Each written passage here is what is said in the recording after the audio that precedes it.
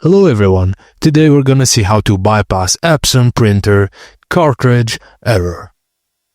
Depending on your Epson printer model, you may need a chip resetter, gloves, paper towels, and a clean workspace. Turn off the printer and unplug it for safety.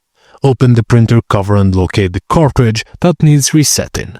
Gently remove the cartridge, following your printer's specific instructions.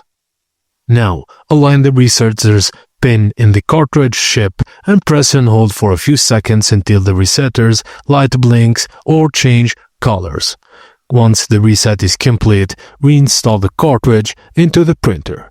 Open the Epson printer utility software on your computer and navigate to the maintenance or ink levels section. Select Reset Ink Levels and follow the on-screen instructions. Now all you have to do is reinstall the cartridge and test the printer. Thank you for watching, and please don't forget to like and subscribe for more.